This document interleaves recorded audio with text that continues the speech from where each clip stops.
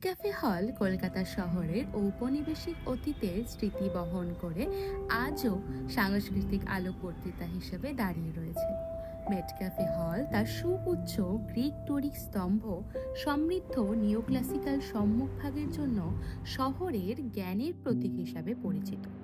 1840 থেকে 1844 সালের মধ্যেই ভবনটি নির্মিত করা হয় ভারতের governor general lord Charles Theophilus মেটক্যাফের স্মৃতিতে। মার্টিন অ্যান্ড কোম্পানির নকশায় নির্মিত এই ভবনে সুষম নিওক্লাসিক্যাল বিন্যাস ও মন্দির সদৃশ স্তম্ভ বিশেষভাবে লক্ষণীয়। প্রথমে এখানে কলকাতা পাবলিক লাইব্রেরি পরিচালিত হতো।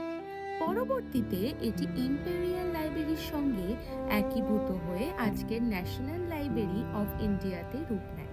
ফলে মেট ক্যাফে হল কলকাতার বৌদ্ধিক ও সাংস্কৃতিক জীবনের গুরুত্বপূর্ণ কেন্দ্রে পরিণত হয়।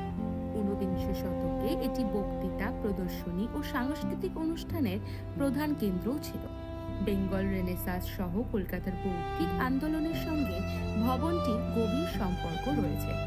বর্তমানে মেট ক্যাফে হল একটি হেরিটেজ মিউজিয়াম, যেখানে দর্শনার্থীরা দেখতে পারেন নিওক্লাসিক্যাল ডোরিক স্তম্ভ ও সম্মুখভাগ, কলকাতার সাংস্কৃতিক ও ঐতিহাসিক বিবর্তন তুলে ধরা ঐতিহ্য প্রদর্শনী, পাবলিক লাইব্রেরি আন্দোলনের উত্তরাধিকার, পরবর্তীশীল শিল্প ও সাংস্কৃতিক প্রদর্শনীও।